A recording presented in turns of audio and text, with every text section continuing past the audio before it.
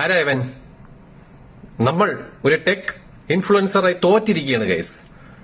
1997 അവൻ ഐഫോൺ കണ്ടിട്ടുണ്ട്. എടാ 2007 അയ്യോ സ്റ്റീവ് ജോബ്സ് അവിടെ പോയിരുന്ന് കരയി. ചിലപ്പം 1997 പുള്ളിക്ക് അത് ഫോൺ നമുക്ക് ഉണ്ടാക്കാന്ന് തീരുമാനിച്ചതായിരിക്കും ഇവൻ പറയണത്.